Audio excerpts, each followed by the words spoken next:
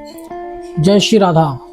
मैं सत्यदेव नए प्रसंग के साथ आज आपको लेकर के चलता हूँ प्रहलाद की भक्ति, सच्ची भक्ति और प्रभु के प्रति सच्चा प्रेम।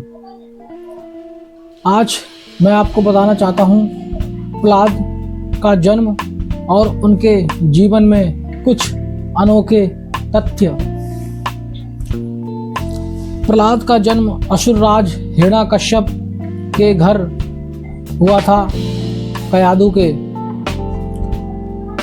हिरण्याकश्यप बहुत ही भयावह था और वह अपने आप को स्वयं भगवान ही मानता था। उसका कहना था कि मैं ही भगवान हूँ, मैं ही ईश्वर हूँ। और उसके राज्य में जो भी लोग थे वह सब उसको भगवान ही कहते थे। तभी ऐसे एक सच्चे भक्त का जन्म हुआ जिसका नाम प्रहलाद था। वह जन्म से ही भगवान विष्णु के बहुत ही प्रिय और कृपालु भक्त थे। जन्म से ही विष्णु भगवान का मंत्र जाप किया करते थे और हमेशा प्रभु में ही लीन रहते थे। हिरण्याकश्यप अपने पुत्र पर बहुत क्रोधित हुआ करता था। कहता था कि तू क्या विष्णु विष्णु कहता रहता है, भगवान कोई नहीं है, भगवान मैं ही हूँ। हिरण्याकश्यप स्वयं अपने आप को भगवान कहता था, लेकिन प्रहलाद नहीं मानते थे कि तू भगवान है। केवल प्रहलाद को तो गर्व से ही पता था कि सत्य कौन है, ईश्वर ही सत्य है और ईश्वर कभी भी जन्म नहीं लेता है। जब पता लगा कि प्रहलाद ईश्वर की भक्ति करता है और अपने पिता का नाम नहीं लेता, अपने पिता को भगवान नहीं मानता है, तो प्रहलाद पर हिरण्याकश्यप बहुत ही क्रोधित होता है, बहुत नाराज होता है और उसे दंड देने के लिए तैयार हो जाता है। सबसे पहले वो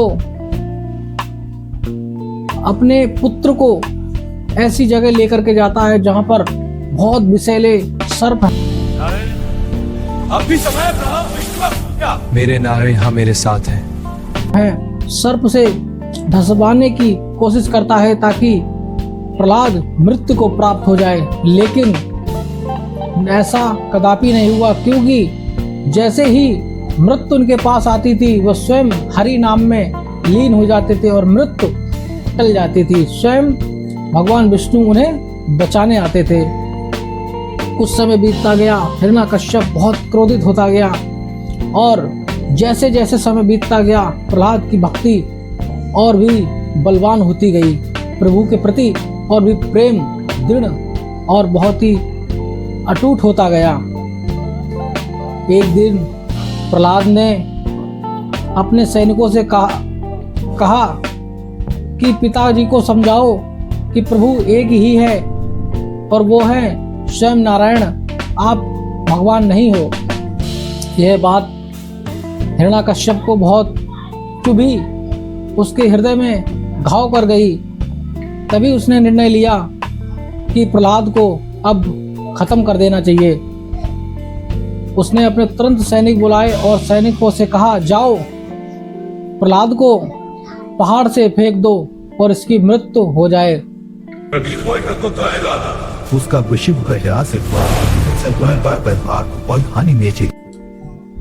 वह सैनिक प्रहलाद को लेकर के गए और पहाड़ से उन्हें फेंक दिया, लेकिन वो हरि नाम में डूबते रहे और हरि नाम जप करते रहे।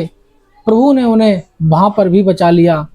वहाँ पर भी प्रभु ने सत्य की विजय कराई। जब जाकर के देखा प्रहलाद बच चुके हैं, प्रहलाद को कुछ नहीं हुआ, वह हरि नाम जपते जपते अपने घर पहुँचे और हिरण्याकश्यप बहुत क्रोधित हो गया। उसके बाद वह और क्रोधित हुए हिरण्याकश्यप और प्रहलाद को मारने की पूरी तैयारी कर ली। उनकी एक बहन थी जिनका नाम था होलिका।